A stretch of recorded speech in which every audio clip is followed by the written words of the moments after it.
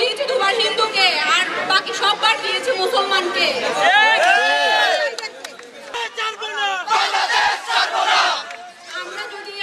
আমরাই যদি পালিয়ে যাওয়ার চিন্তা ভাবনা করি, আমাদের আগামী প্রজন্ম কি করবে? আমাদের আগামী প্রজন্ম কি শিখবে? দেশ স্বাধীন করার সময় আমরা হিন্দু মুসলিম ছিলাম না, তখন আমরা মানুষ ছিলাম, এখনো আমরা মানুষ হিসেবেই থাকবো।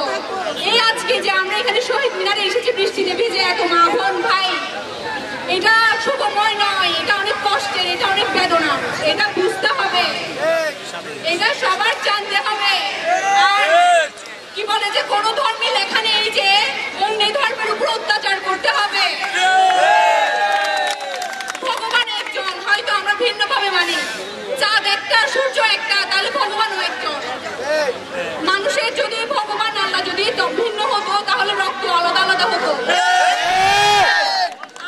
আমি 11 বার রক্ত দিয়েছি, আমি রক্ত দিয়েছি দুবার হিন্দুকে আর বাকি সববার দিয়েছি মুসলমানকে। তাহলে এখন যদি এখানে যদি তফাৎ না থাকে, তাহলে কেন বারবার আমরা অত্যাচারিত হব?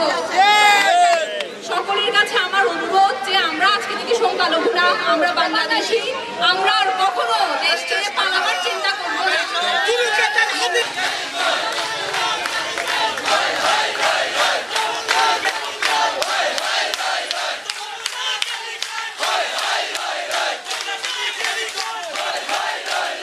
আমরা অতীতে দেখেছি একটা সরকার গেছে, আমাদের হিন্দুদের উপর অত্যাচার হয়েছে, আরেকটা সরকার আসছে আবার আমাদের হিন্দুদের উপর অত্যাচার হয়েছে। আমাদের একটাই দাবি, সেই সরকার আসুক না আসুক, আমরা কোন সরকারের মেজুরি ভিত্তিক না, আমরা হিন্দু সমাজ, আমাদের উপর যখনই অত্যাচার চলবে তখনই আমরা দুর্গ করে তুলবো, প্রতিবাদ করে তুলবো।